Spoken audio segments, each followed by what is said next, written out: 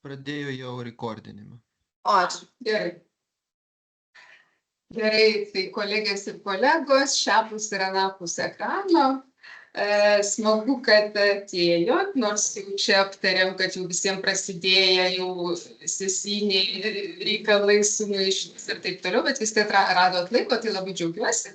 Juolab, kad esu tikra, kad tikrai bus verta, nes esu girdėjusi ankstesnių Eglės pranešimų. Eglė Jankauskaitė yra skandinavistikos, Vilniaus universiteto filologijos fakulteto skandinavistikos centro lektorė ir doktorantė. Ir šiuo metu baiginėja rašyti daktaro disertaciją ir netrukus turėtų, bent jau šiemet tikrai turėtų ją apsiginti. Taip ir bus. Ir šiandien jinai pristatys pranešimą būtent tema, kurią ir rengia savo daktaro disertaciją. Pavadinimą jūs matot, gali taisyti kalbos redagavimo idėjas ir praktikos Lietuvoje. Ir aš perduodu žodį Eglei. Ačiū už pristatymą. Taip, tai aš šitą tyrimą pradėjau 2017 metais. Jis jau toks užsitęsęs yra. Ir jis yra apie, iš esmės apie galios santykius tarp autorių, tai yra ir grožinės, ir negrožinių tekstų. Tai aš juos vadinu autoriais ir tada atskiriu rašytojus kaip grožinės literatūros autorius. Tarp kalbos redaktorių, bet tik kalbos, ir kalbos normintojų.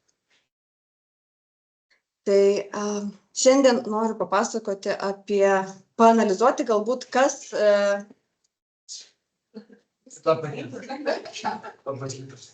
Kaip atrodo tie galios santykiai, remiantis ypač interviu duomenimis. Ir ar iš tiesų,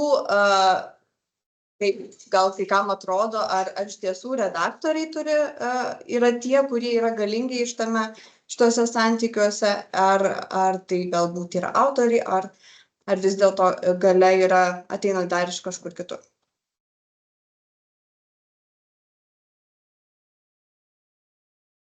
Tai pirmiausia, norėčiau papasakoti apie kontekstą. Taip. Čia yra Jonas Jablonskis, pirmasis redaktorius, plačiai laikomas pirmuoju redaktoriumi, nors galima turbūt ginčytis galbūt ir net ir kur buvo, atsimenu, pristatymas apie Bibliją 18 amžiaus ir ten jau yra lietuviškai rašoma ir ten jau yra taisymų redakcinių tokių. Tai iš tiesų redaguoti lietuviai pradėjo jau kai pradėjo rašyti, turbūt. Bet Jablonskis yra plačiai laikomas pirmuoju redaktoriumi ir ypač garsus jo darbas su Žemaite, dažnai cituojamas. Tai konfliktas ar diskusija galbūt tarp rašytojų ir normintojų kalbos vyko ir tarpukariu buvo tokia gan įtempta situacija dėl to, kad buvo tokia kalbos draugija, kurios vertinimas, ar kalba knygoje yra taisyklinga, anot rašytojų jiems pakenkdavo. Tai Giedrė Olcevičiūtė šitą aprašo savo straipsnyje labai išsamiai. Nes tas knygas užsakinėdavo bibliotekos mokyklų, tai buvo didžiausias knygų pirkėjas tuo metu Lietuvoje ir jeigu kalbos draugijos išvada būdavo neigiama, ar Jablonskis kažką parašydavo apie tą knygą negražaus, tai tada pardavimai krisdavo ir tai kenkdavo autoriams. Tai buvo, dėl to kildavo įtampa ir vyko diskusija tarp normintojų ir rašytojų, tačiau, kaip žinom iš teorijos, tiek Bourdieu veikalų, tiek vėlesnių sociolingvistinių veikalų, tai šitos diskusijos jos yra ganėtinai įprastos visose visuomenėse, kur yra rašto kalba, kur yra rašytojai ir kur yra normintojai, ten ir būna diskusija, kieno kalba yra gera. Sovietmečiu šitos diskusijos nevyko iki 84-ųjų. Aš visai neseniai radau, kad jos vis dėlto vyko sovietmečiu, anksčiau galvota, kad jos nevyko iki pat nepriklausomybės, bet vis dėlto 84-aisiais literatūroje ir mene kilo diskusija tarp rašytojų ir tiksliau tarp rašytojo ir kalbos normintojų. Tai aš pati dar jos nebaigiau analizuoti, nes labai neseniai radau. Bet iš esmės iki vėlyvo sovietmečio ir nevyko. Šitas Kondratas. Tai dar diskutuoju su istoriku vienu, kodėl, žodžiu, aš dar pati negaliu paaiškinti, kodėl ten taip įvyko, bet faktas tas, kad įvyko. Taigi, bet apskritai sovietmečių iki pat 84 ir paskui po tos diskusijos iki nepriklausomybės jų atgavimo ir diskursų, nuomonių pluralizmo atsiradimo, tai diskusijų sovietmečių nebuvo tarp normintojų ir rašytojų. Viešų, aš nežinau, kaip ten su neviešom. Atrodo, kad nepasitenkinimo būta. Aš skaičiau dabar Aleksandro Žirgulio, kuris buvo garsus redaktorius sovietmečių, susirašinėjimą su Urbu.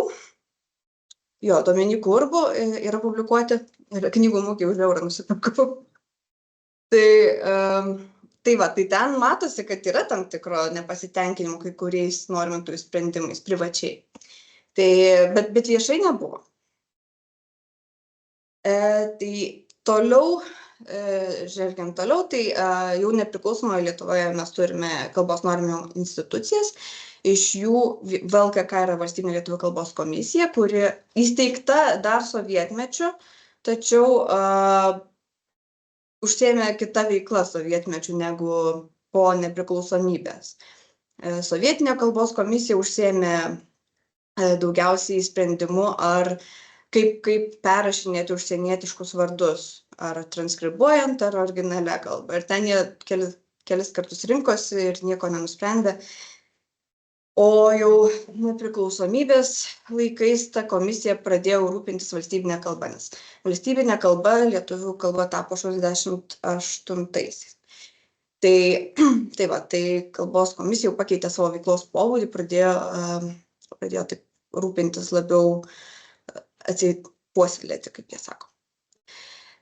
Ir taip pat iš karto atgavus nepriklausomybę 90-ųjų vasarą įsteigta Valstybinės kalbos inspekcija, kuriai pavesta rūpintis, kad būtų paisoma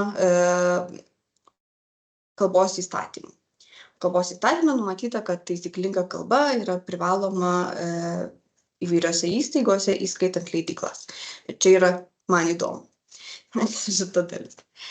Tada 97-aisiais buvo patvirtintas didžiųjų kalbos klaidų sąrašas, tai buvo VLKK nutarimas, kadangi įstatyme parašyta, kad inspekcija užtikrina, kaip laikomasi komisijos nutarimų, tai reikėjo nutarimo.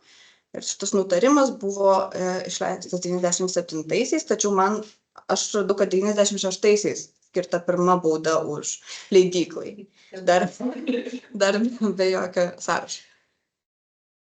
Nes kalbos praktikos patarimai, ten, kas yra taisyklinga kalba, jau žinota ir anksčiau. Tai klaidų sąrašo nutarimas buvo atšauktas 19 metais. Tai irgi pats sąrašas nepanaikintas, jisai yra, galima rasti labai lengvai, bet pats nutarimas atšauktas ir tarsi jau inspekcija nebegali bausti jo pagrindu. Tačiau, aš ne teisininkė, bet man atrodo, kad ir toliau jie galėtų bausti, jeigu labai norėtų. Galėtų įspėti. Jie ir dabar gali įspėti, ir įspėnėja. Iki šiol siunčiami raštai bent jau žiniasklaidos priemonėms tikrai siuntinėjami ir ataskaitose, matyti iš inspekcijos ataskaitų, kad yra tikrinama. Bet pavyzdžiui, nuo 20-ųjų pasakyta, kad nebebus tikrintama suaugusiųjų grožinė literatūra. Tai viena išimtis, kad vaikų literatūra ir toliau tikrinama, ne grožinė literatūra tikrinama, bet suaugusiųjų grožinė nebe. Tai dabar toks yra kontekstas ir mano tyrimas kaip tik prasidėjo 17 metais ir aš nustojau rinkti medžiagą 22-aisiais, jau pasakiau gana.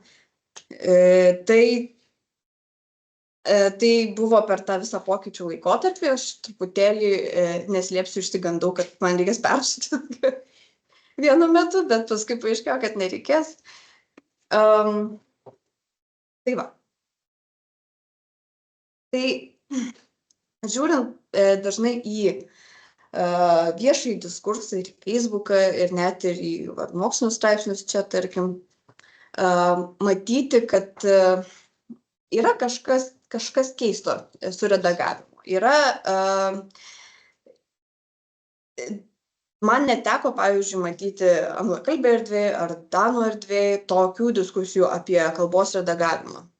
Čia dar prieš pradedant tyrimą. Ir man tas buvo įdomu, kodėl yra šitokie konfliktai kyla, kodėl rašytojai kartais pyksta ant redaktorių, kodėl taip piktai atsiliepiama apie redaktorius kartais, o kartais kaip tik labai gerai ir atrodo, kad nesuprasi, kaip ten yra iš tikrųjų. Ar iš tiesų redaktoriai skriaudžia autorius, ar gal autoriai skriaudžia redaktorius.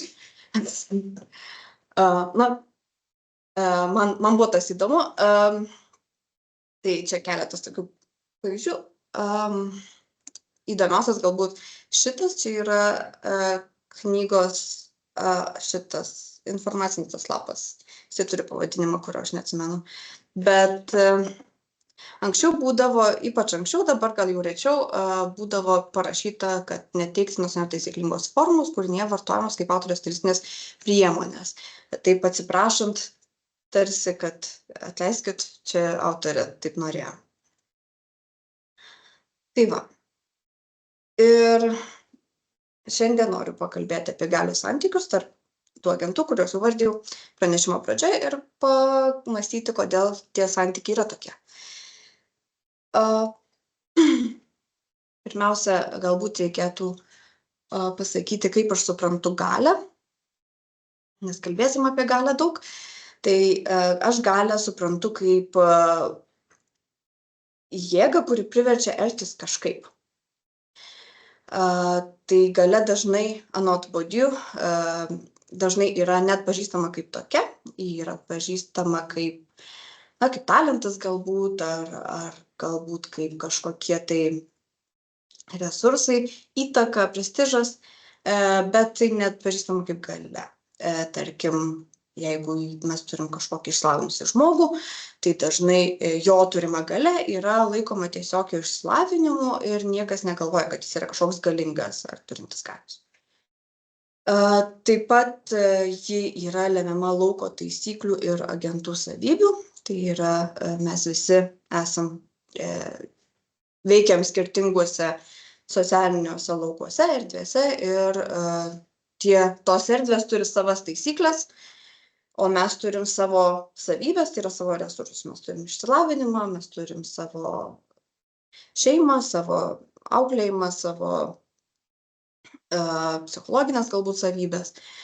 Ir visa tai sukuria mūsų padėtį tame lauke ir nulemia, kokie galios santykiai mūsų veiks labiau, kurie mažiau.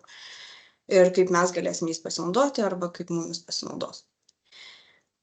Ir aš dominavimu laikau tik tai piktnaudžiavimo galia, nes man atrodo, kad galios santykiai egzistuoja visur ir jie yra neišvengiami, tačiau yra toks dalykas kaip piktnaudžiavimas galia ir tada aš kalbu apie dominavimą. Tai aš remiuosi ne tik Bourdieu, bet ir Stephen Lux, kuris buvo šiaip jau politinių mokslo atstovas ir amerikietis. Tai aš negaliu juo remtis taip jau visai grinai, nes mano tyrimas visai ne apie politiką, tačiau mane labai įkvėpė jo šitas trimatis galios modelis. Jisai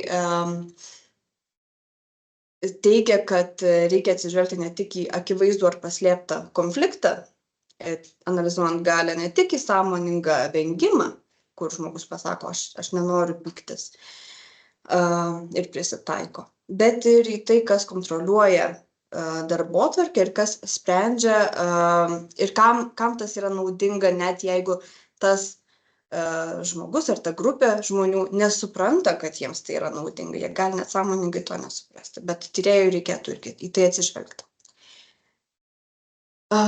Ir kiti konceptai jau yra iš Bourdieu, tai yra laukas, apie kurį jau pasakau, kapitalas. Kapitalas yra turimi resursai žmonių arba žmonių grupių, institucijų. Institucijos irgi turi savo kapitalus ir kapitalas gali būti socialinis, kultūrinis ir ekonominis. Ir tada yra kitas labai svarbus konceptas šiandienai, tai yra doxa. Aš apie doxą šiandien daug kalbėsiu. Tai doxa yra tiesos režimas, kuriame gyvename. Tai yra visos tos taisyklės, apie kurias mes nekalbam ir kurių mes nekvestionuojam, kurias mes priimam, tarsi jos būtų gamtos duotos. Ir tada mes turime heterodoksiją, tai yra iššūkio metimas doksai, tai yra kvestionavimas doksos, ir ortodoksija, tai yra bandymas susidūrus su heterodoksija, grįžti prie doksos. Šitas bandymas visą laiką pasmerktas žlugti, tačiau yra bandymas priartėti atgal. Tai Bourdieu nupiešė tokią schemą, tai čia mes matom doksą tame kvadrate. Tada ir ji yra nediskutuojama apie ją, jinai nekvestionuojama, bet yra gabalas, kuris yra kvestionuojamas doksos. Ir čia mes turime tą diskurso lauką, kuriame vyksta diskusijos. Ir čia turime heterodoksiją, kuri kvestionuoja doksą, ir ortodoksą. Taigi, mano tyrimo metodai buvo pusiau struktūruoti interviu, kritinė diskurso analizė ir turinio analizė. Pusiau struktūruoti interviu buvo atlikti su 41 informantų, 4 iš jų buvo autoriai ir redaktoriai, 17 buvo autorių ir 20 redaktorių. Interviu paimti nuo 2017 iki 2021 metų ir analizuoti su NVivo. Interviu buvo paimti ir raštu, ir žodžiu. Ir dėl pandemijos, ir dėl to, kad redaktoriai ypač labai nenorėdavo susitikti, nes jiems tai keldavo problemų. Jie turi dirbti ir jiems nepatikdavo nedirbti. Ne tas, gal tik viena atsisakė duoti grinai dėl to, kad jai nepatikau aš. Ar mano vadovė nepatiko. O kiti, tai ne, jie tiesiog sakydavo, kad jiems iš tiesų nėra laiko susitikinėti, nes reikia išeiti iš namų, 3 valandas realiai dingsta iš dienos. O kas yra NVivo? NVivo yra programa kodavimui skirta, jinai labai brangi, bet ir gera. Ir gerai ir palengvino tyrimą, aš nebūčiau apriepus, nes dar, ir mes Kiniskos centre turim nusipirkę, jūs gal galite Vuko paklausti. Tai va, tai čia už universiteto pinigus nusipirkę, tai tiesiog galima, manau, visiems naudotis. Taip. Tai va, bet aš nebūčiau priepus be NVivo, nes interviu dar būčiau turbūt, bet paskui aš dariau dar ir kritinę diskurso analizę, kur aš analizavau labai daug tekstų. Tekstus susirinkau iš duomenų bazės, tekstai apie kalbą.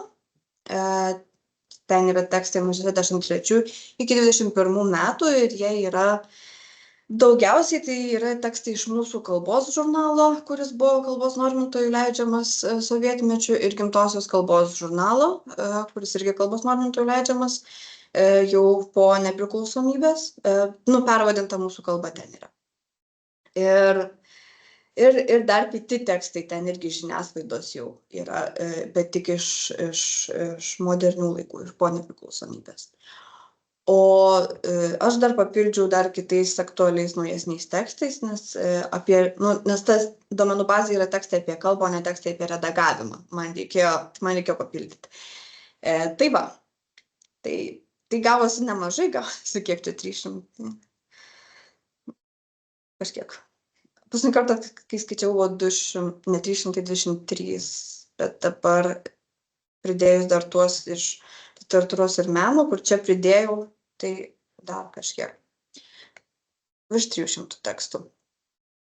Tai va, ir tada dar buvo papildomų šaltinių analizė, tai man keletas informantų davė taisymų pavyzdžių.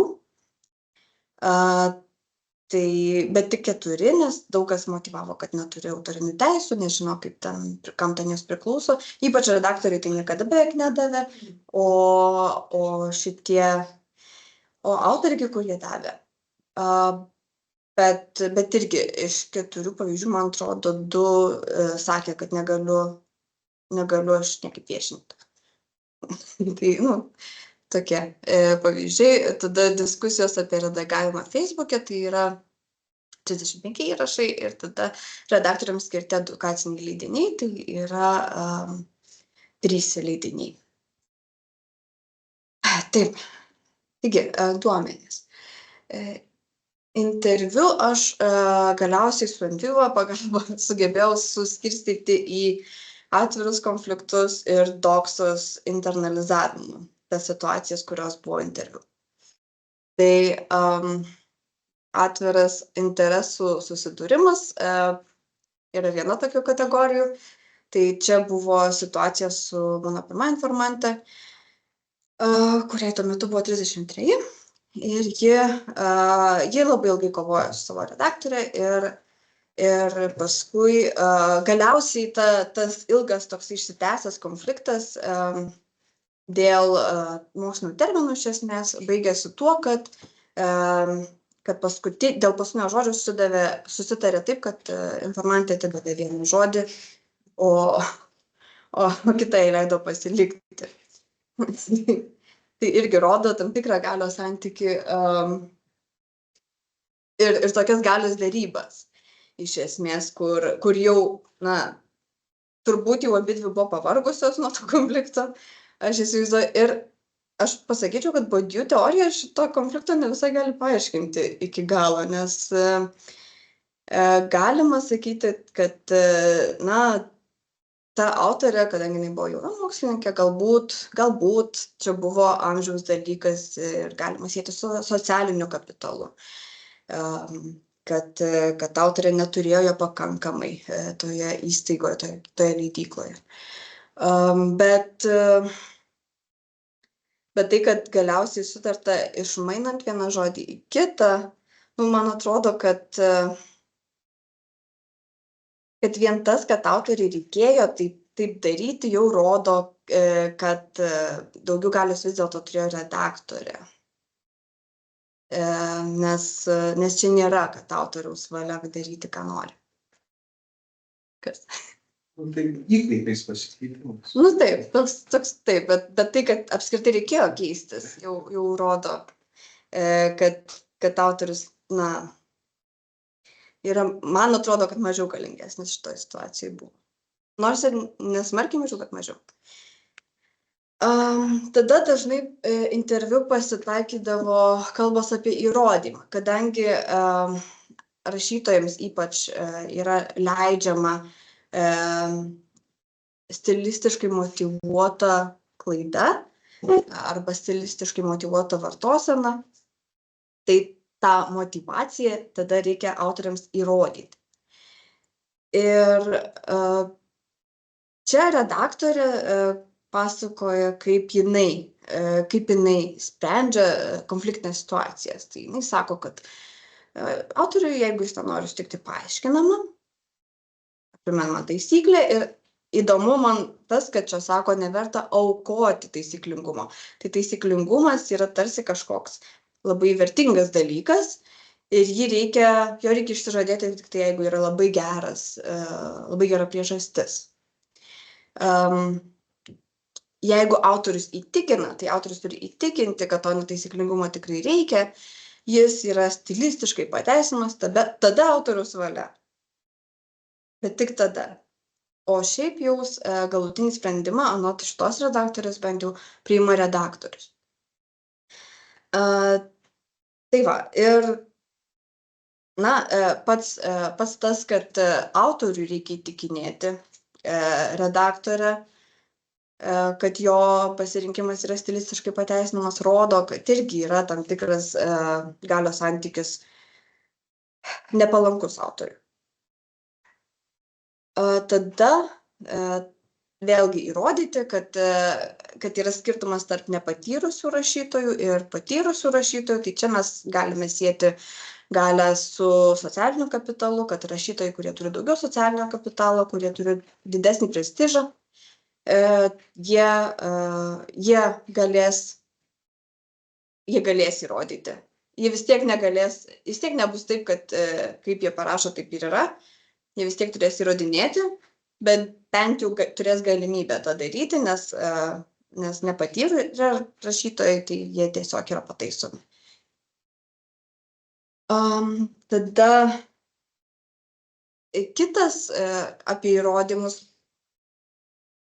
vėlgi konfliktuose, bet tie konfliktai gali būti labai, nekonfliktiški, jie gali būti tiesiog apsikeitimai e-mailais, paprasti, dalykiški, visiškai racionalūs ir mandagus, bet aš juos taip klasifikuoju, kad tai yra, vis tiek interesų sudūrimas ir konfliktas. Tai yra autoriams parodyti reikia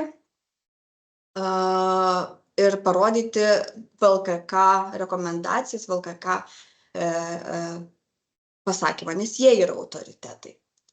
Jeigu redaktorius nėra autoritetas, tai VLKK yra galutinis arbitras, nes to įrodymo reikia ir redaktoriams, ne tik autoriams kartais. Tik tai, aišku, autoriai to galutinio arbitro kaip ir neturi, nebent VLKK su jais sutiktų, kaip, pavyzdžiui, yra šitoje situacijoje, kurią man mokslinių tekstų redaktorė pasakojo, kad ten buvo situacija, kur tame kontekste forma yra netaisyklinga. Jinai vis dėlto parašė į komisiją, komisija patvirtino tai, ką jinai jau buvo nusprendusi, viskas kaip ir gerai, bet autorė irgi parašė ir jinai kažkaip anot redaktorės parašė taip, kad komisija nesuprato klausimo gerai ir pasakė autoriai, kad jinai teisi. Ir tada jau nebeliko, jinai sako, aš nebeturiu jokių argumentų ginčytis. Nes jeigu VLKK kaip pasakė, tai viskas. Ir tas rodo, kad ir autoriams, ir redaktoriams VLKK ir šita taisyklė yra galutinis arbitras ir iš tiesų galia ateina iš normintojų. Tik tai, kad jinai yra kartais pereina per redaktorius, bet patys redaktoriai iš savęs tos galios neturi daug. Tada yra pristaikymas prie galingesnio, kur yra situacijos, kai nėra konfliktų, nėra atviro sudūrimo, bet yra prisitaikymas iš anksto. Tai čia yra apie kursyvą. Rašau kursyvų, kad tiesiog nepykdyti redaktoriaus, sako autorė. Tai jinai tiesiog, parašo, nes jei tai yra visiškai natūralu, jinai to nekvestionuoja net. Tiesiog nenori pykdyti redaktorius. Aišku, kad redaktorė iš tiesų nesupyktų, jinai tiesiog pati padarytų kursyvą, čia pasakymas toks. Bet vis tiek tai yra prisitaikymas iš anksto prie galingesnio, prie redaktoriaus. Ir tada dar klausimas, ar prie redaktoriaus. Nes galima sakyti ir taip, kad autorė yra internalizavusi jau kalbos lauko doksą ir pati galvoja, kad jinai viską čia gerai, kad viskas čia yra gerai. Jinai nemato problemos šitoje situacijoje, kad jinai turi prisitaikyti. O čia redaktorė man pasakojo, kad kartais jai vis dėlto kirba klausimas, o kodėl negalima. Ir tada jinai sako, nes kalbininkai nusprendė. Ir tas lyg tai jos iki galo netenkina. Bet jinai vis dėlto prisitaiko prie jų. Prisitaiko ir prie jų. Ir jinai mini, kad niekas daugiau jos nesamdytų kaip redaktorės. Ji prisitaiko iš esmės prie visos tos doksas, kurioje mes gyvenam ir kurioje gyvena ir leidėjai, ir leidyklų savininkai, kurie samdo jas.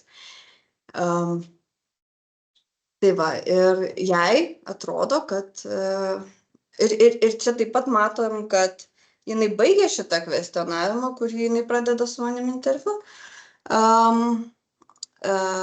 Bet iš tikrųjų tai čia jau kita tema ir teorinė diskusija apie tas kalbos normas ir jų pagrįstumą. Čia teorinė diskusija, jinai, kai jau atsitrenkia į doksą, kuri nekvestionuotina, jinai ir nustoja ją kvestionuoti. Jinai toliau neina savo šitos apmąstymus. Taigi, galima kol kas padaryti tokias mažas išvadas, kad pareiga motyvuoti, įrodyti tą vadinamąją klaidą yra autoriaus mūsų kalbos lauke, kad VLKK yra vyriausias arbitras, normintojai juos subordinuoja tiek redaktorius, tiek autorius ir didesnį socialinį kapitalą turintys autoriai, tai yra turintys didesnį prestižą autoriai, subordinuojami mažiau. Tas prestižas gali būti ir ne tik prestižas, galbūt socialinis kapitalas, tiksliau, gali būti ne tik prestižas, bet tarkim ir pažintis su leidyklos direktorium arba kokia nors pažintis su labai geru redaktorium, kuris neredaguos taip smarkiai, kaip dabar vis dažnėja tokių knygų. Tai va, ir tada kalbėsim apie kalbos lauko doksą ir jos internalizavimą. Tai vėlgi primenu, kaip atrodo ta dokso schema. Čia jinai yra labai bendra padiu ir aš pabandžiau ją konkretizuoti savo tyrimui ir konkrečiai šitam redagavimo laukui. Tai mes turime irgi to, apie ką nekalbama erdvė ir tada turime nuomonių sudūrimo lauką. Doksą aš apibrėžiu kaip taisyklę, kad esama taisyklingos kalbos, knygų kalba tokia turi būti ir kitos taisyklės, apie kurias mes nediskutuojam. Net ir tyrėjų yra problemiška jas visas išvardyti, nes tyrėjas irgi gyvena visuomeniai. Tai ir tada mes turim heterodoksiją, kuri ateina iš kultūros lauko, iš meno lauko, kad menininkas yra savo kūrinio šeimininkas, menininkas yra genijus, kad tas genijus gali būti nesuprastas, todėl nevalia jo kažkaip tai kūrinio keisti, nes galbūt paaiškės genialumas kūrinio po daug laiko, tai visos šitos taisyklės egzistuoja meno lauke. Ir iš meno lauko per literatūros lauką ateina į kalbos lauką kaip heterodoksija. Literatūros kalba priklauso autoriui, jos keisti negalima. O tada doksos gynėjai sukuria ortodoksiją ir inkorporuoja heterodoksiją į tą ortodoksiją. Kalbą reikia taisyti, bet galima netaisyti grožinėj literatūroje, jeigu tai yra motyvuota. Ir šita ortodoksija matyti jau labai seniai, 79 metais, mano empirijoje. Pirmą kartą aš ją labai aiškiai matau suformuluotą Aleksandro Žirgulio veikale prie redaktoriaus stalo. Tai jis čia rašo savo atsiminimų apie savo kaip redaktoriaus darbą knygą ir jisai teigia, kad skirtingos knygos, grožinės ir mokslinės, turi skirtingus taisyklingumo reikalavimus. Tai vadinasi, grožinė literatūra tarsi gali būti to netaisyklingumo daugiau. Nors šiaip jau visoje knygoje jis nuosekliai yra už kalbos norminimą ir už kalbos taisymą pagal kalbos praktikos patarimus ir pagal tas taisyklės, tas preskripcijas normintojų. Bet taip pat ir pamini keletą kartų, kad yra ir išimtis. Yra, kad reikia to netaisyklingo. Ir kalbos lauko doksas internalizavimas, čia yra autorė ir redaktorė grožinių tekstų ir dalykinių tekstų autorė. Čia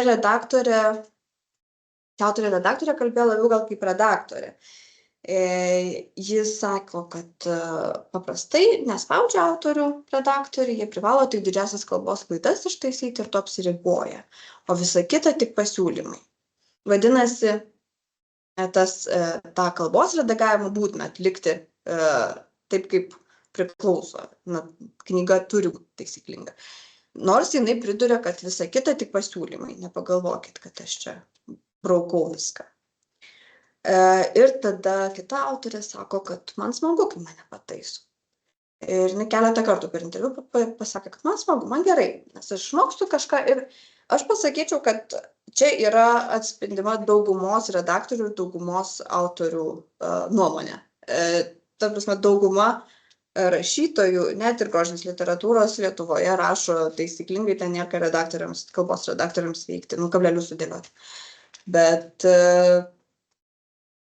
tiesiog žmonės yra visiškai internalizavę kalbos lauko tą doksą ir stengiasi rašyti taisyklingai. Aš netgi pati neseniai lankiausi Mykolo Saukos knygos pristatyme ir jisai sakė, jis rašė apie jaunimo knygą ir ten jo knygos pristatymo vedėja nusistebėjo net, kad tokia tvarkinga kalba, kad tai tie jaunuoliai kalba labai, labai gražiai lietuviškai ir jis sako, bet man patinka taip.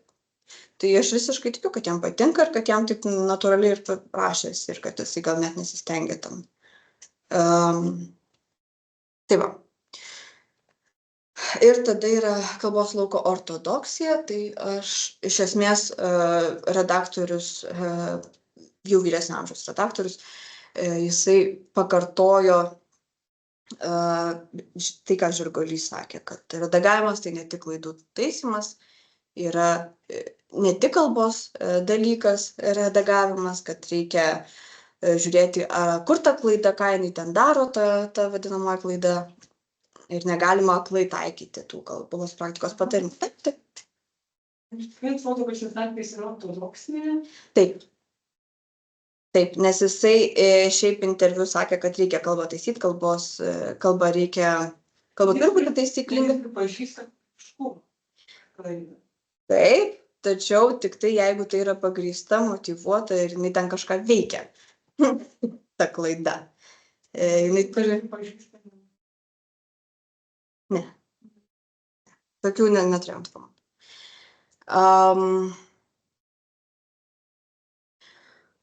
Kas slypi, taip, tai rašytojų išimtis, ta stilistiškai motyvuota vartosena, ką jinai daro.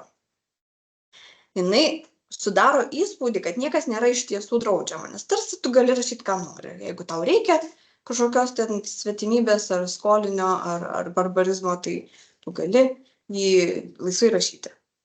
Tarsi niekas nieko nedraudžia. Tačiau taip pat jį patvirtinama taip, kad visa kalba yra netaisyklinga, kad visa netaisyklinga kalba yra bloga, tačiau kartais ta bloga gali būti stilistiškai motyvuota, bet jinai nuo to nepasidaro gera. Ir taip pat pasitarnauja tarsi toksai kaulas, kurį numeti rašytojams ir jie tada yra išstumiami iš grumtynių dėl geros kalbos idėjos. Nes kai jie turi šitą išimtį, bet koks rašytojo pasipiktinimas redagavimu yra atremiamas šitą išimtimi. Tai mano tyrimų kol kas pagrindinės išvados iš šito, ypač interviu gabaliuko, yra, kad kalbos lauke normintojai subordinuoja visus kitus agentus, o autorius per redaktorius, tačiau redaktoriai taip pat yra subordinuojami. Autoriai gali priešintis, išnaudodami socialinį kapitalą kultūros lauke, tačiau autoriai redaktoriai dažnai yra internalizavę kalbos lauko doksą. Subordinavimą rodo pats poreikis konflikto vengti ir rašytojai yra išstumiami iš kalbos lauko diskusijos apie geros kalbos idealą. Tai čia būtų mano pagrindinės tokios išvados ir ačiū.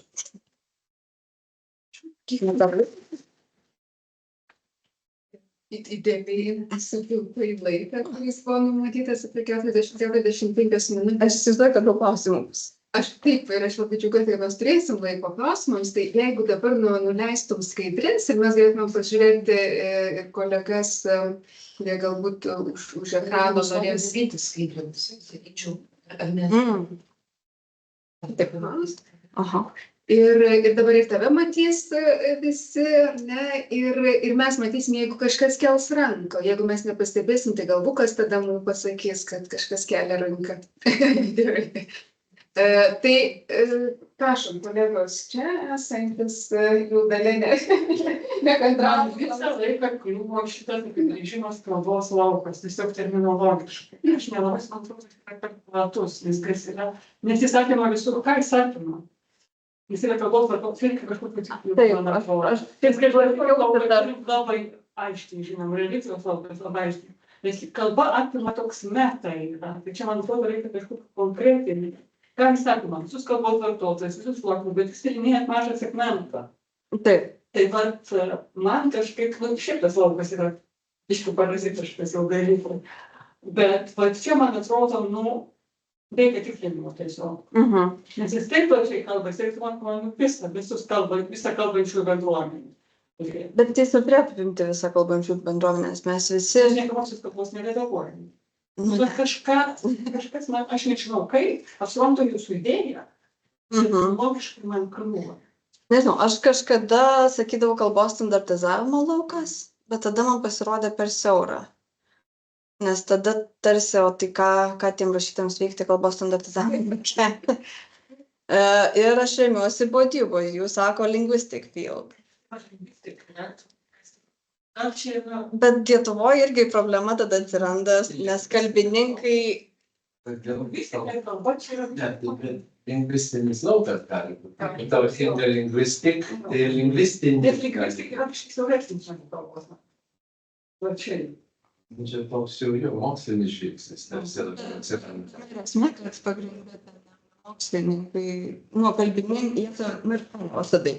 Jie vadina save kalbininkais, aš esu kalbos normintais. Ir sakau, kad kalbos normintai yra ir kalbininkai, nes, kartais jie ir daro, užsiima kalbotyrą. Lingvistinis ir lingvistikos yra. Ir tada tokia painiava atsiranda, bet aš suprantu, aš sutinku, kad reikėtų susiaurinti, bet aš dar nesugalvoju kaip.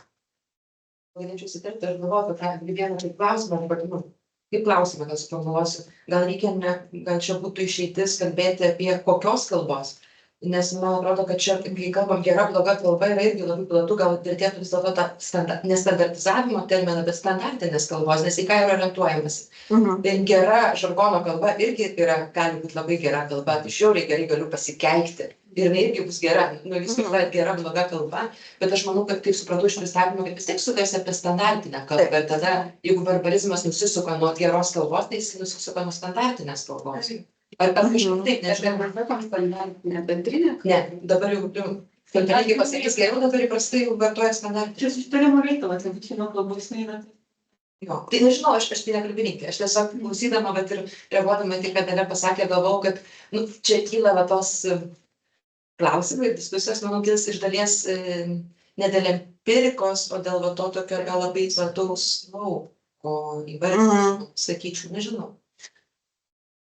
Gal čia ir svarbi pastaba, nes tada ir tam teoriniam laukia, aš galvoju, ta doksa, ar jinai yra tokia absoliuti iš tiesų.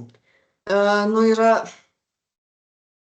Nes jeigu susiaurinam, tada tikrai ta doksa labai aiškiai gyvuoja, bet jeigu mes išeinam pro duris. Aš pridursiu dar prie Giedriaus, pavyzdžiui, aš tai kalbu taisyklingai prie savo šeimos narių, jiems atrodo, kad tai yra totaliai ne doksa, o priešingai.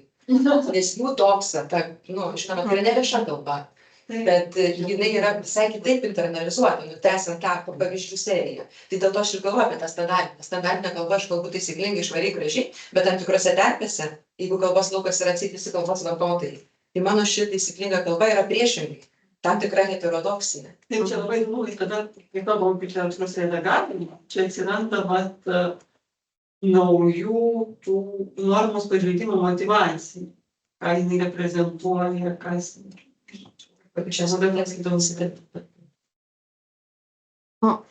Standartinės kalbos ideologija man nepatinka, nes ilgas labas.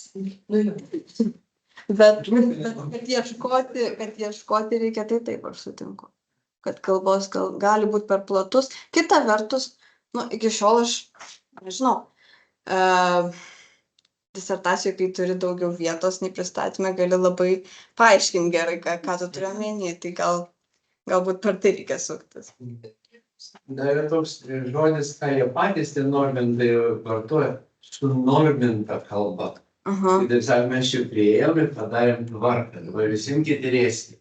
Žodžiu, sunorminta kalba, nu tai bendrinė ir standartinė iš dalies, bet yra tas, nu kaip nesavaiminis aspektas, bet sąmoningas, žodžiu, galios parodymas sunorminta.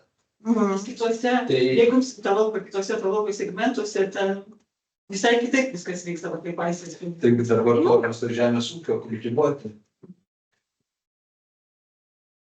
Taip, bet Kultivuota kalba. taip, klausimai. Engineered language. Taip, Rima,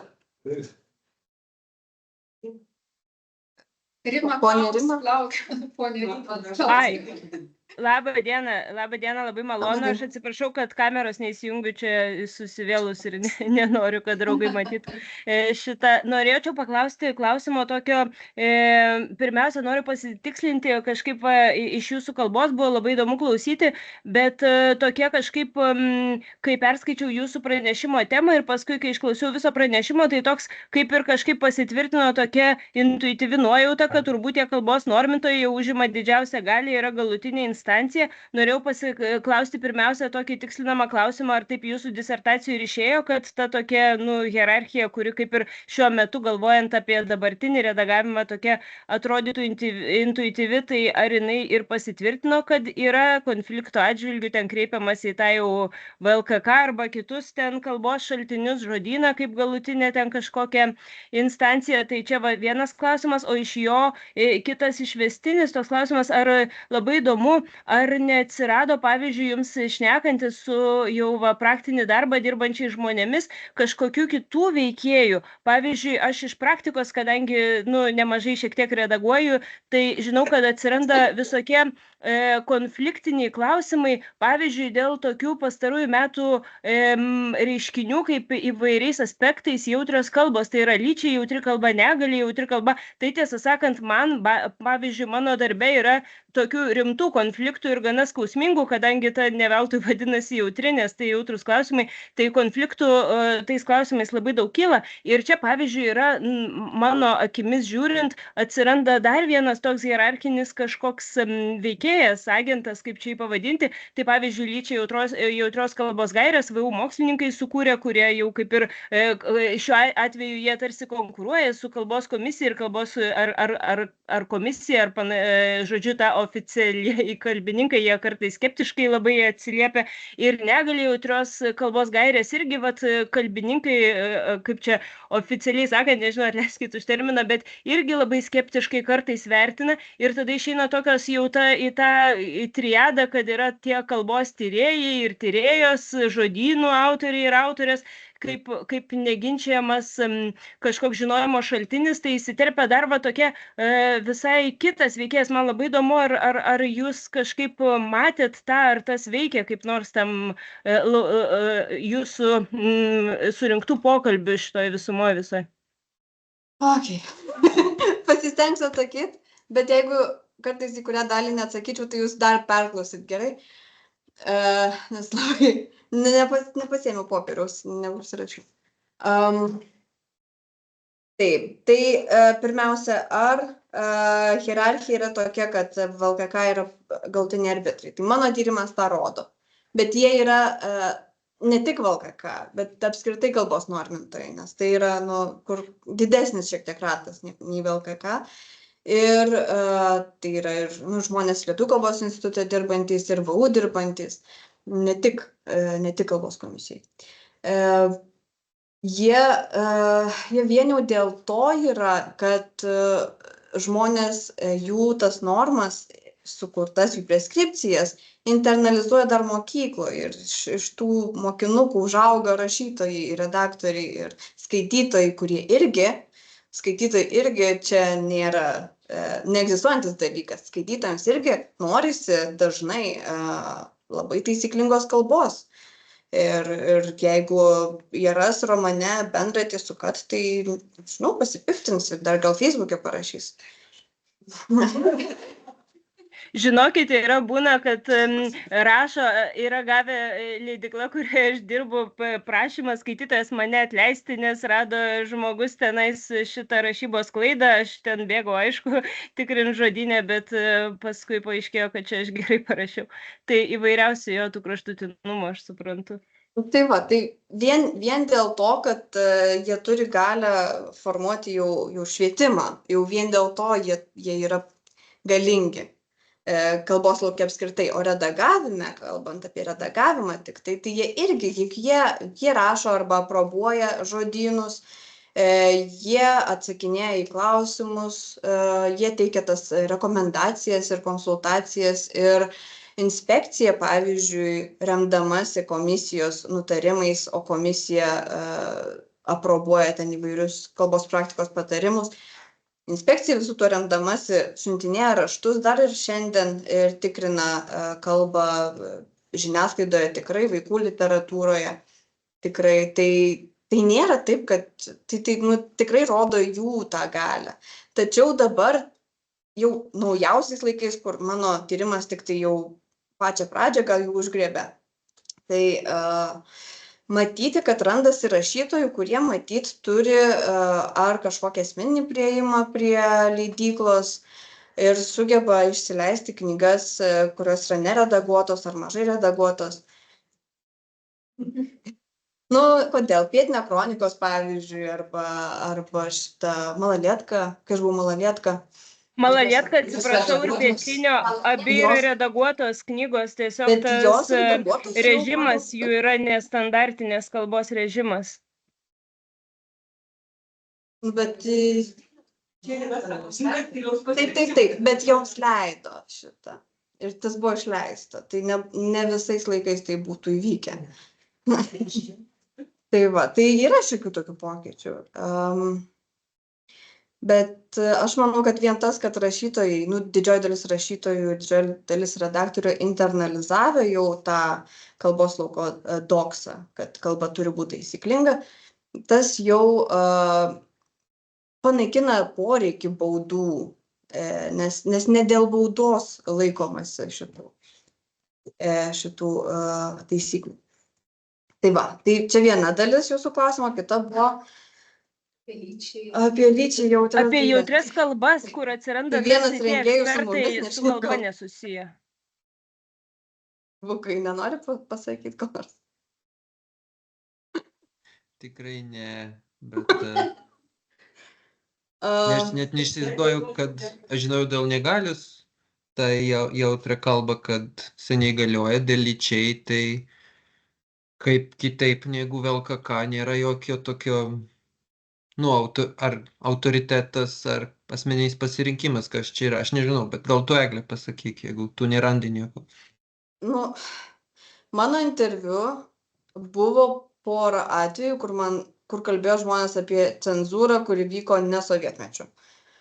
Tai vienas buvo, kad redaktorė sakė, kad vieną knygą atmetė dėl to, kad jinai buvo antisemitinė. Man atrodo normalu. Bet irgi aš apie tai nerašau disertacijos. Ir kitas buvo autorius, kuris sakė, kad vienam kultūriniam žurnale jo kairuoliškas mintis išredagavo, nes atseit reikėjo sutrumpinti. Bet jis abejoja. Rima, čia tai neturi galvoj tų atvejų, kur pavyzdžiui, aš net nežinau, iš kurios pusės tas konfliktas kyla, bet pavyzdžiui, aš irgi esu susidūrusi, pavartoja autorių žodį invalidas ir tada redaktorius sako, bet žiūrėk, būtų geriau neįgalusis, nes dabar mes taip susitarėm. Bet ne, aš noriu invalido arba jau žmogus su negalia. Tai nežinau, Rima, tu tas turėjai galvoje, aš... Rima, koks tas konfliktas, papasakok, mums įdomu. Sakai, kad buvo konfliktas dėl jautrios kalbos.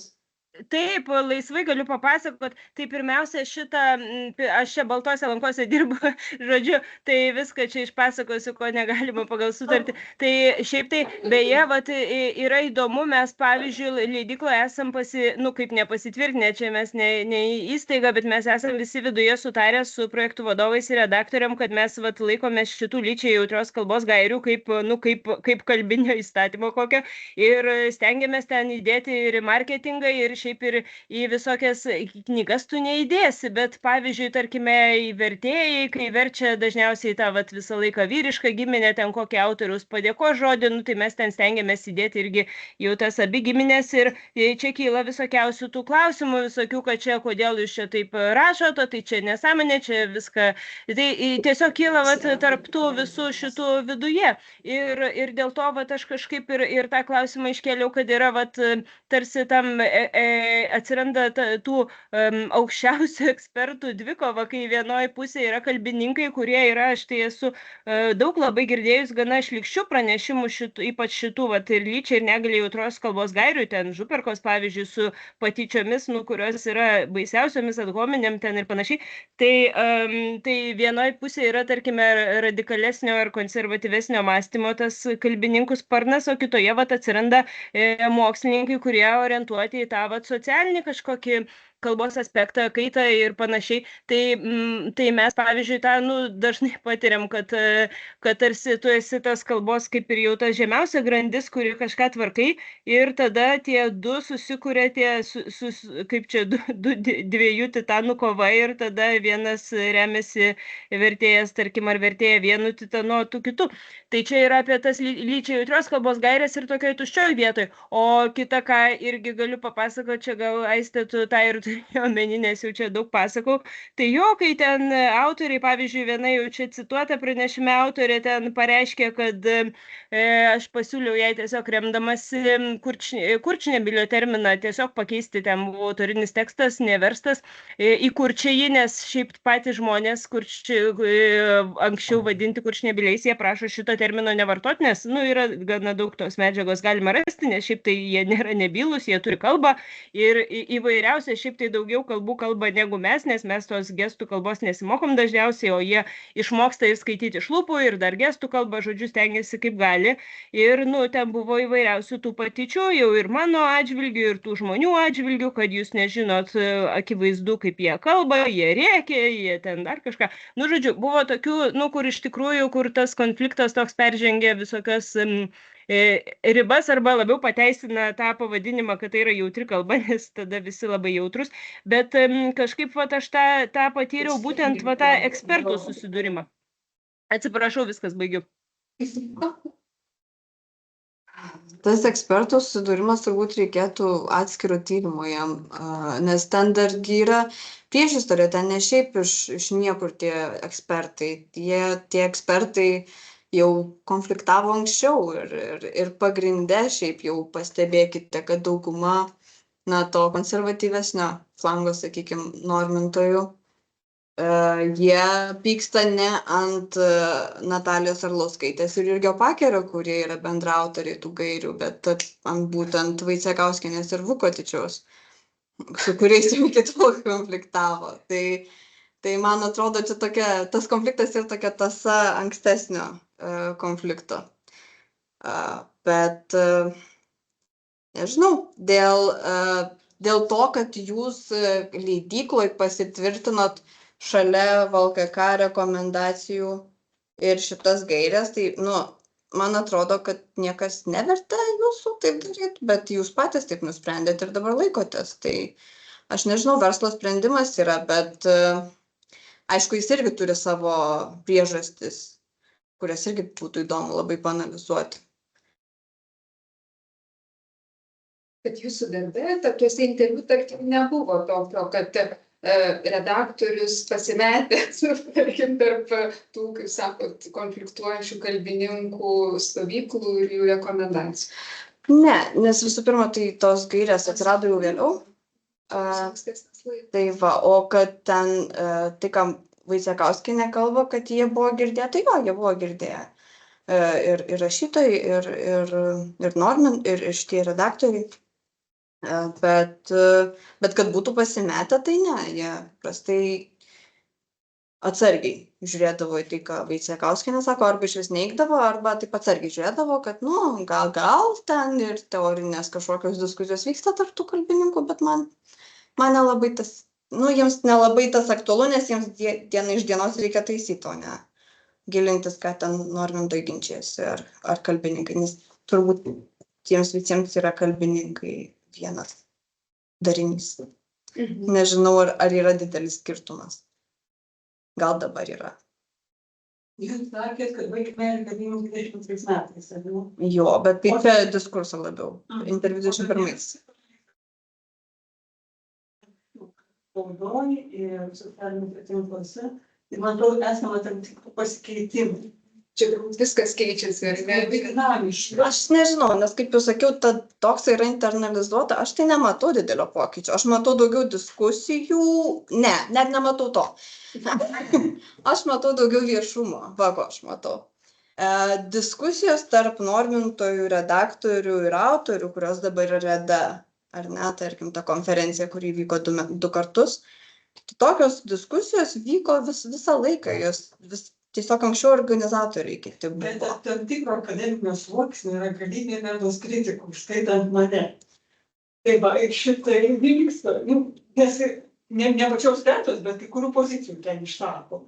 Ir šitai labai socialiniuose tinkluose yra labai aišku. Taip, aš mačiau diskusijų. Ir redaktorius darbo vertės toks įvertinimas iš naujo atsiranda. Vieni kritikuoja, bet į tą kritiką kaip pasakas atsiranda jo darbo būtinybės įvertinti.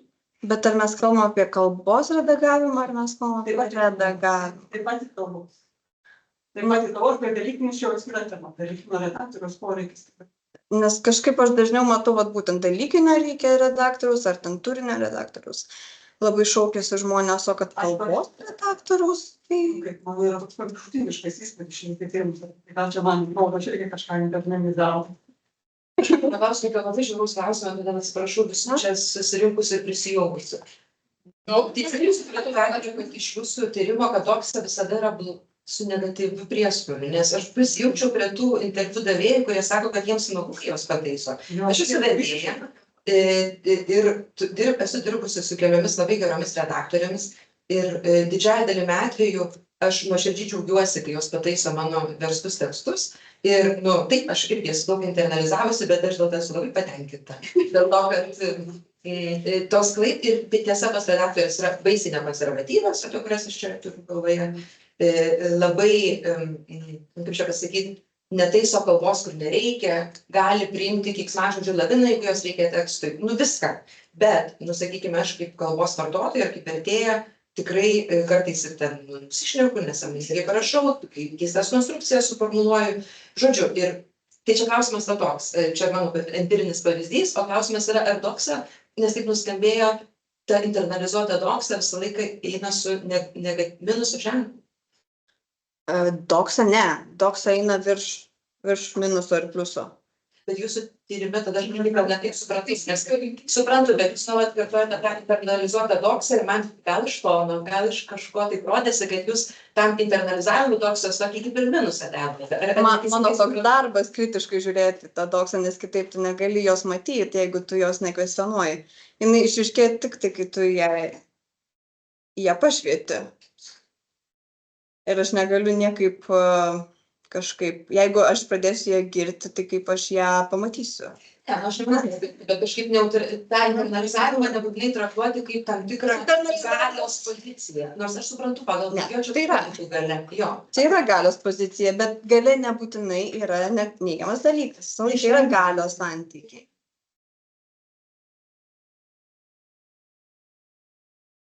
Taip.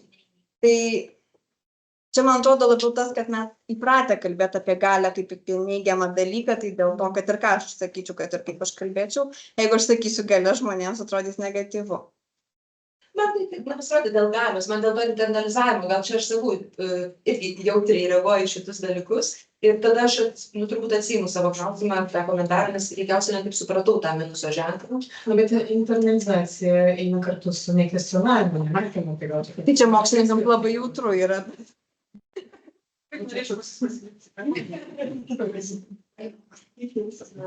Aš norėjau paklausti, ar ta doxa, ta dėžutė, ne, ir nematoma ir nekvestionuojama, ar jinai yra tokia stabili, duota, nekintanti, ar jinai irgi yra kažkokia, nuolat ten vyksta kažkas? Kadangi Ar vyksta tik toj diskusijų erdvėj, kur apminėt ratukų ir kur apie ką diskutuojam? Ar tas taisyklių rinkinys jis toks monolitas yra? Taisyklių rinkinys yra monolitas, nes mes jo net nematom.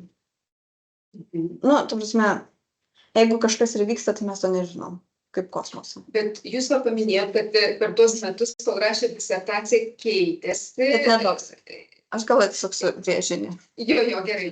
Bet, sakykime, jūs sakėt, kad buvo panaikintas nutarimas dėl didžiųjų klaidų sąrašo, kurį aš atsimenu studijų metais mes turėjom jį mintinai. Taip, kaip mokykloje mokytis. Ir po to dėl to pradėjome kartuoti. Nu, įdomių žodžių išmokti. Prieš tą nežinojau. Tai, bet tai vadinasi, kažkoks pokytis vyksta ir toje doktoje, jeigu jau... Doksa yra va šitas kvadratas. Jo. O šitas ovalas yra doksos dalis, bet tai yra heterodoksijos ir ortodoksijos vieta. Taip. Tai va, šičia ir vyksta tie pokyčiai. Ai, tik šitam... Tik tai šičia. Šičia yra paslėpta. Nes, tarkim, ta nuostata, kad knygų kalba turi būti taisyklinga, kaip matom, tai jinai niekur nedingusi. Jinai ir toliau yra. Ir tada ją pakvestionuoja biškį, bet tada vėl pritempinėja atgal, kad, knygų kalba galbūt neturi visada būti taisyklinga, bet dažniausiai turi būti. O paskui jau gal kvestionuosim, o gal ir dažniausiai neturi būti. Arba gal kvestionuosim iš kitos pusės, galbūt taisyklingos kalbos sąvoka pasikeis kažkada ateityje. Nu, žodžiu, bet paprastai tai yra kalba, pokyčiai vyksta va čia va. Ir na, tas ovalas galima įsivaizduoti, kad jis plečiasi po truputėlį, bet jis plečiasi į begalybę, nes ta doksa paskui persidengia ir su kitais laukais ir, nu, žodžiu, jinai begalinė yra. Galima, nežinau, man labai patinka su feminizmu gal lyginti, nes mano tas feminizmo supratimas toks paviršutiniškas, tai labai lengva tą daryti. Bet, kažkada buvo laikai, kai moteris negalėjo dirbti, negalėjo paveldėti, buvo tokios beteisės beveik. Ir tada kažkas pakvestionavo šitą. Ir tada prasidėjo kažkokios minimalios kovos dėl moterų teisių. Ne minimalios, jis buvo didelis, bet dėl minimalių teisių. Ir tada toliau buvo kvestionuojama. Ir jau 100 metų, kai kvestionuojam, bet vis dar neturim tos lygybės. Klausimas, ar turėsim. Klausimas, ar baigsis kada nors. Bet vis po truputį. Ir tai, kas, tarkim, 5-ame dešimtmetyje galbūt buvo labai jau radikalu, šiais laikais yra atgyvena kažkokia tai seksistinė. Bet tai, kai jūs sakote, tai tarsi implikuoja, kad doksa pasikeitė su feminizmu, nes nors ir absoliučios lygybės nėra ir, galimai niekada nebus, bet anksčiau doksa buvo, kad moteris viešoje erdvėje yra ribotos to ir to, dabar doksa yra priešinga, bent jau vakarų pasaulyje, kad vyrai ir moteris viešoje erdvėje dalyvauja vienodai. Ar aš neteisingai suprantu dokso sampratą tada? Čia apeliuoja Viktorijos tą klausimą, nes pritariu tą minčiai, kad esame taisyklingos kalbos, jeigu kalba turi tokia būti lyg ir atrodo, kad nekinta, bet jos turinys, smulkinant, detalizuojant, iš to, ką jūs sakėte, tik irgi kinta. Taip, nes tas sudūrimo laukas tai plečiasi. Bet tada atsiranda kita doksa, kažkokia kita taisyklė, kurios galbūt aš pati dar nematau. Bet jau tada mes pereinam į, ar apskritai yra gera kalba. Ar yra bloga, ta prasme, ar yra tokie dalykai, gera ir bloga kalba, ar tai nėra konstruktai. Ir tu gali tai kvestionuoti be galo. Taip. Aš ir atsiminimų galiu pasakyti, jūs sakėte, radot 84-ais pirmas diskusijas, jų būdavo ir daug anksčiau, bet jos nebuvo viešos. Aš dirbau mūsų kalbos žurnale 1,5 metų, nuo 83 iki 84, kol išėjau aspirantūrą. Tai aš ten biškį mačiau, kaip jie ginčiasi ir pagrindinė kalbininkų šitų normintojų aksioma, tai ten Kniūkšta, Pupkis, Būda, Paulauskienė ir taip toliau. Tai jie pykdavosi, jie iki nepasisveikinimo, ten šias normas šlifuodavo, bet taisyklė buvo, negalime išnešti viešumą ir klaidinti visuomenės. Mes turime apsimest, kad mes nutarėm, o patys nesisveikina beveik. Ir aš atsimenu, man keletas yra tokių įstrigusių, pavyzdžiui, Pupkis nekentė žodžio žingeidus, sakė, smalsus yra. O Buda ir Kniūkšta, sakė, žingeidus, toks poetiškas, daug turiningesnis negu smalsus. Ir čia sinonimai, ne. Ir pykosi dėl to žingeidaus ir nežinau, turbūt tai yra tarp tų blogų kalbos. Tai čia Pupkis, o Pupkis tai kodėl Buda neturėjo studentų. Vitkauskas neturėjo studentų, o Pupkis mums visiems kalė į galvą. Ir mes gavom Pupkio variantą iš dalies. Ir va dabar mes redaguojam, kalbam, mes šitą turim. Kitas buvo Paulauskinė. Paulauskinė norėjo laisviau leisti pusdalyvius vartoti. Ten yra žodžių laikai, ne, kuris ilgesnis, ar pavinėjo, ar pusdalyvio, ir tada negalima, Pupkis labai griežtai norėjo padaryti. Paulauskinė sakė, kartais galima ten ir jos knygoje, kokia ten ta knyga buvo 83-4 metų apie gramatinės kategorijas, lietuvių yra tokia tamsiai žalia knyga. Tai ten apie pusdalyvius Pupkio mintimis prirašė ezijų. Ten yra tokių. Tai, žodžiu, jų, ką aš noriu pasakyti, buvo specialiai, jie nerašydavo nieko, žodžiu, ką. Nors Pupkis redagavo mūsų kalbą, jis praktikdavo savo, nors ir Kniūkštą pykdavo. Bet Kniūkšta neturėjo balso, nes sugriaus vienovę kalbininkų. Ir kai išleido Pupkis savo vadovėlį 80 metais kalbos praktikos pagrindai, Kniūkšta turbūt su Vitkausku du autoriai parašė 20-30 puslapių recenziją ir sudirbo. Ir Pupkis pasakė, jie nieko nesuprato. Aš atsimenu, jie nieko nesuprato. Čia labai gerai, kai recenzija, kas sukritikuoja tą knygą, gera frazė, jie nesuprato, jie durnelį. Tai va, kokia virtuvė būdavo. Ir aišku, jie neįdavo į viešumą. O kai jūs paminėjote Saulių Tomą Kondrotą, kitas buvo labai svarbus ir visi kalbininkai pyko ir keikėsi, turbūt naujam židiny, ypač geriausiai Mantas Adomėnas. Taip. Kuriais? 95. 95. Tai ten buvo irgi didžiulis, tai jis jau vėliau rašė. Kaip jis drįsta. Čia mūsų lituanistas. Čia, žodžiu, jiems. Taip, Kondrotą irgi sudirbo visi rašytojai. Tai daug anksčiau. 10 metų. Bet jo, kad ten, kaip smaru, kad kaip užpylė ant galvos dažus ar ką, ir sako, tas darbininkas nesikeikiau, na kągi tu čia padaryti. Aš jo, kad, žodžiu, pareikalauja iš mūsų viešas kalbėjimą. Taip. Jam buvo pasakyta, kad niekas nieko nedraudžia, stilistiškai motyvuota svetimybė galima. Nu, žodžiu. Ir tada visi ant jo taip pradėjo važiuoti. Bet man dar vienas dalykas įdomu buvo, kad kai jūs įvertinot, gal pakliui tai buvo, kad redaktorius stipresnis už autorių, ne? Nes autorius nusileidžia arba ten mainai kažko. Aš tais mainai žaidžiu su savo redaktoriu. Bet nebūtinai, aš nežinau, ar jūs turit galvoj tik tai kalbos klaidas vadinamas, ar šiaip bet kokį stilistinį pasiūlymą taip geriau, kartais kitakis geriau suformuluoja mintį už tave. Tai aš visada, jeigu aš matau, kad, tarsi aš galiu su nieko nesutikti, su taisymais, bet man gaila redaktoriaus darbo, ir tada žiūriu, ir mano buvo taip, ir taip gali.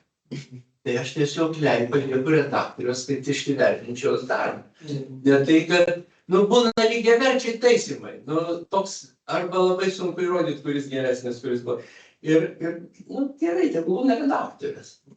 Tokių visokių būna, o kartais labai džiaugiasi, kad jinai geriau išreiškia tavo mintį. Jinai pagavo, labai svarbu redaktorius, kad jis suprastų tekstą tavo. Gerai, aš mokslinius tekstus. Tai ne visi redaktoriai pakabina, ką tu ten nori pasakyti. Tada jie kablelius pažiūrė. Aš labai stengiuosi į stilistinius nelysti. Tai va, tai čia yra truputį kitas darbas. Nes man jau ir su kalbos užtenka ką veikti, bet kartais yra sudėtinga atskirti, kur yra stilistinis, kur yra kalbinis grynai. Bet, nežinau, pagal viską, jeigu ten jokio skirtumo ir jūs paliekat redaktorės, tai aš nežinau, tarkim, ką bodijų apie tai pasakyti. Bet mano patėvai buvo redaktoriai 40 metų, aš augau redaktorių šeimoje. Kaune Šviesos leidykloje dirbo. Ir buvo tokia taisyklė, žodžiu, gerb redaktoriaus darbą, kalbėkit su juo ir žodžiu, išsiaiškinkit ir negali visko atmest, turbūt negali visko ir priimti. O turi būti kažkoks aukso vidurys, kad būtų žmogiškas santykis. Va čia tas, redaktorius yra žmogus, ne žvėris, jis dirba darbą, ar ne, jis tau nori padėti. Ir tada jį reikia suprasti. Nes vis tiek aš kaip autorius, aš jaučiuosi kietas, aš čia viską galiu, ar ne? Nu, kaip ir autoriai turbūt. Bet, Aš sutiriruoju, žinoma, bet kitas dalykas yra, kad aš rašau tik tai apie tuos taisymus, kurie yra taisomi dėl to, kad yra Nu netaisyklingai. jo, tai čia už tai aš neinu į tą lauką, nes tokių nelabai būna pas mus. Nu jo, tai ar jūs parašo taip, ar jums tai pasirašo netaisyklingai. Nu tai turbūt ne. Nu aš vieną raštu, aš rašau netaisyklingai, tyčia ir man visi taiso. Aš rašau.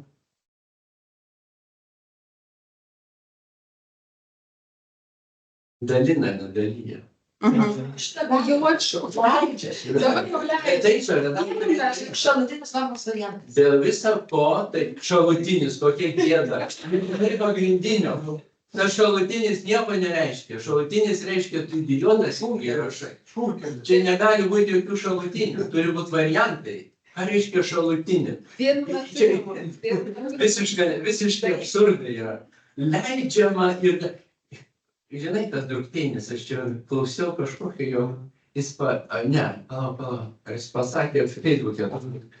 Mes turim susitart, ką mes leisime. Ir tokia frazė, Galios įmėjai, ką mes leisime. Žmogus, vis tiek ir pensinio amžiaus, žodžiu, normintojas, sintaksistas. Ką mes leisime? Vis tiek jis gyvena tuo, kad jis yra leidėjas. Jis leidėjas, rėmėjas jo, tai Galios toks man stipriausias politis jo, kaip jie jaučiasi. Aš dar tik paminėsiu, kaip sakė, apie tą plėtimąsi, tai aš galvoju, kad vis dėlto pas mus, bet čia aišku irgi atskiro tyrimo. Pradžioj pradėjai nuo to, kad tai nėra nauja, kad pradžia buvo dar tarpukariu šitos rašytojų ir tų normintų.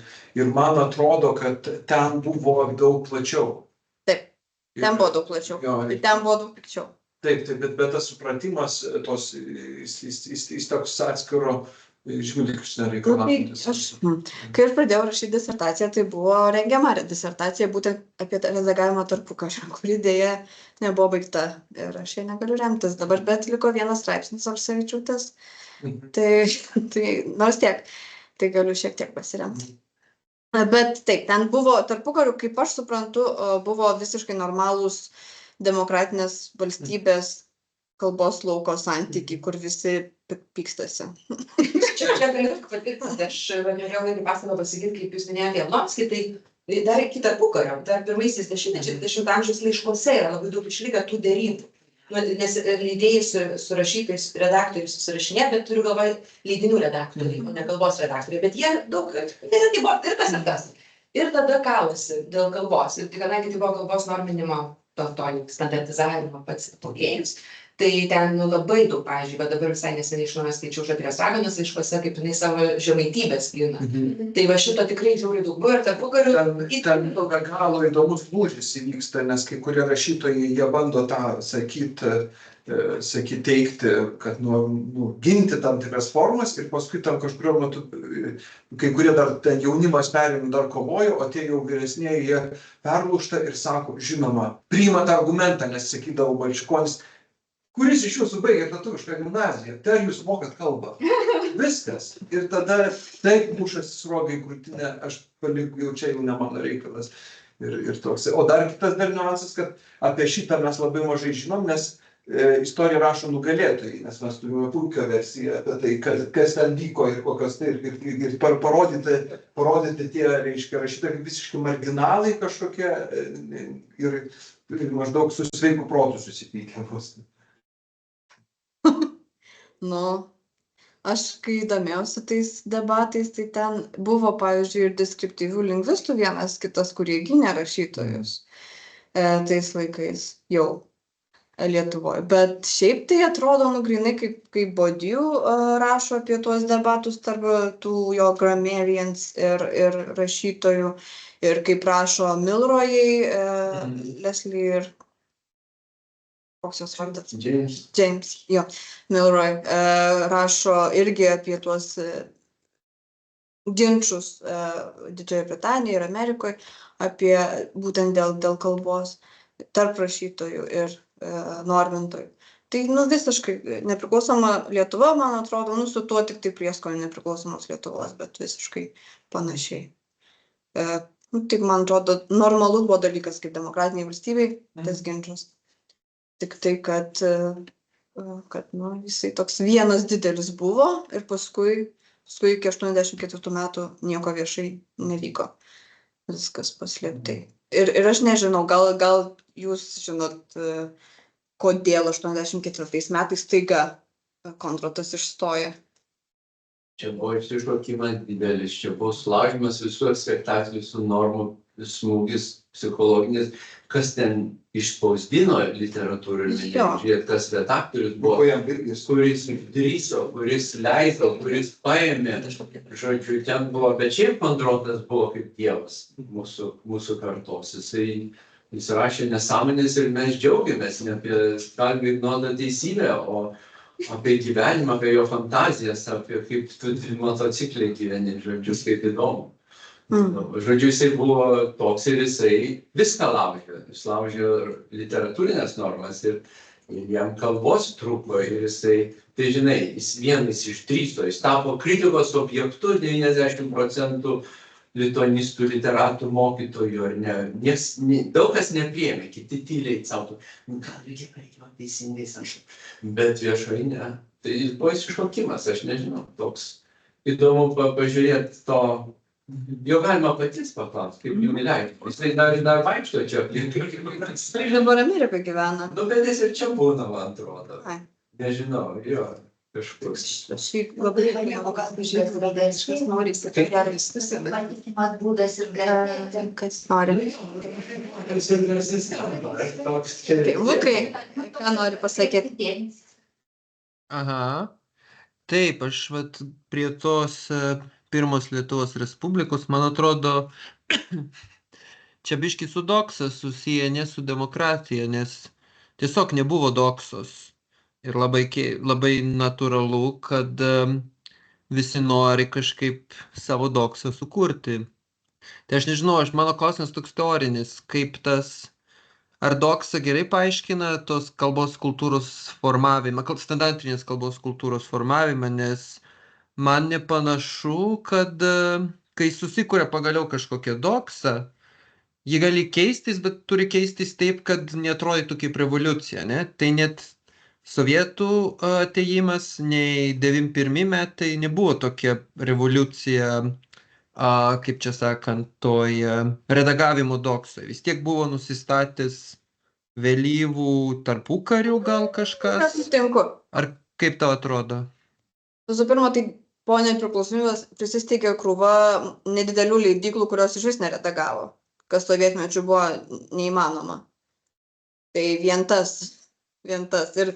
Ir atsirado galimybė rašytojams pasakyti. Ypač su Facebooku jau tas atsirado, kad jau visi gali sakyti, ką nori. Bet jau su nepriklausomybė atsirado galimybė ginčytis ir išsakyti kitą nuomonę. Bet aš pasikeitė pati doksą, mano klausimas, su nepriklausomybė. Kaip? Taip, nes jai... Taip ir ne, nes doksa nesikeičia, jinai tik tai ta diskurso erdvė platėja ir daliai doksos galima užduoti klausimą ir ją pakvestionuoti, ją nuginčyti ir ją kažkaip pakeisti, bet tik tai dalį, tik tai vieną gabaliuką iš viso to rinkinio idėjų. Ir, nežinau, ar galima, aš netyrinėjau tarpukario, bet ar galima sakyti, kad doksos nebuvo, nes man atrodo, kad kalba yra tauta, šita, pavyzdžiui, šita doksinė nuostata, kurios niekas dar ilgai nekvestionuos Lietuvoje, jinai jau tada buvo. Man taip atrodo. 19 amžiuje. Taip. Nu, toks. Taip, nu, tai vien jau ją galima kvestionuoti. Bet gal čia Lukas norėjo pasakyti, kad jeigu mes įsivaizduojam doksą kaip kažkokį, bet tavo viena mintis buvo, kad tai vis tiek yra taisyklių rinkinys tam tikras susitarimų, tarsi, kur mes nekvestionuojam rinkinys, tai gal jis norėjo pasakyti, kad jisai formavosi tuo metu nuo 20 amžiaus pradžioje, aušroje, kai dar vyko dėrybos, tai ką čia galim, ko čia negalim, čia, aišku, yra tie autoritetai Jablonskis Būga, bet rašytojai tarsi norėtų irgi ten pasakyti savo žodį apie tai, kas galim ar negalim, o paskui jau sovietmečiu tarsi tas monolitas toks, kad jau jo nepajudinsi, bet kaip aiškėjo, kad po monolitų, po pamatais vis tiek kalbininkai ten tarpusavį. Bet irgi ne dėl esminių klausimų. Jo, pasaulis. Būtent šitas jų vienybė, tariamoji, kad jie tas monolitas ir yra. Bet tai buvo pateikta, negalios žodžio nebuvo, buvo tai, kad mes rūpinomės visuomenės dvasinė sveikata, kaip jie žautų gerą gatavą produktą vartojimui. Gerai supakuota ir nebūtų visokių nuomonių, nes tada, žodžiu, žmonės nebežinos, kaip redaguoti, kaip skaityti, mokykloje, kaip mokytis. Reikėjo gerai supakuoti, kad viduje, ne už durų. Nebuvo tos minties. Nu, iš sovietmetį tai buvo iš tikrųjų normalu, visi diskursai tokie buvo. Tai buvo toks tipas, toks ir atrodė natūralus ir jie jautėsi besipriešinantys, žodžiu, rusinimui, kitaip sakant, Pupkis rašydavo dėl kitų kalbų įtakos, nes neleido dėl rusų kalbos įtakos. Žodžiu, jis buvo nubaustas ten, Palionis prieš jį buvo skundą rašęs, ten kažkas buvo. Žodžiu, tokių buvo rimtų visokių įtampų. Taip galim sakyti. Nu taip, bet net ir tos sovietmečio kalbininkų diskusijos tarpusavėje užkulisiuose, jos nėra dėl esminių tokių klausimų doksinių. Joje yra dėl ar tą žodį normint, o ne ar normint apskritai. Ne, taip. O normint reikia tvarkyti ir tas norminio, kai paskaitai, ten tiek Pupkio 18 kriterijų ir 8. Ir pagal daug viską, kai gerai perskaitai kelis kartus, tai esmė buvo gryninimas. Tai dabar, aš sakyčiau, yra tikslumas, aiškumas kalbos. Pagrindinis kriterijus yra aiškumas, viską. Kitų nereikia jokių man. O jie buvo gryninimas. Tada jie tą grynimą pakišo po tikslingumas. Kas yra tikslingumas? Viskas arba nieko. Neapibrėžta. Ir tada tikslinga grynint. Vėl, o kur kas? Čia 19 amžiaus kalba, tai tauta lieka. Vadinasi, jie maskavo šitą gynėsi nuo rusicizmo. Buvo pagrindinis dalykas, žodžiu, gintis nuo rusicizmo. Toks buvo, negalėjau to viešai pasakyti, rusų kalba gali tik gerinti, praturtinti lietuvių kalbą. Tai už tai kitų kalbų. Ginasi kitų kalbų.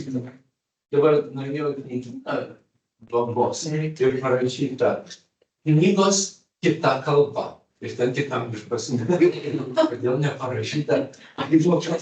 Eufemizmas. Manau galvoju, kodėl kita vienastė, kita kalba. Prancūziškai atsiranda. Nu, tai nebūtų kitos kalbos. Kodėl Viena kita kalba. Kita kalba yra tik viena. Kolegos, aš sustabdysiu šitoje vietoje mūsų diskusiją, nes seminaras jau eina į pabaigą ir mūsų laikas senka. Tai aš noriu labai padėkoti Eglei visų pirma, taip pat visiems diskutavusiems čia ir anapus. Dar kartą paplokim gal. Ir palinkėkim sėkmės disertacijos gynimą. Ačiū. Tikiuosi atsakiau visus klausimus, kurie... Labai ačiū įdomu pranešimą. Ačiū. Pasiūlė vienam skyriui BLKK lokuta, causa finita. Aš taip gerai nekalbu. Čia yra pasakymas, čia kita kalba, čia yra pasakymas, yra Roma lokuta, causa finita. Čia visokiuose bažnytiniuose kontekstuose, jeigu jau kokios diskusijos vietinės vyksta, tai kreipkimės į Romą. Jau Roma, kaip pasakė, byla baigta. Tai čia toks centras pasakė, byla baigta. O gal? Gerai, iki. Gerai, iki. Dėkoju, iki.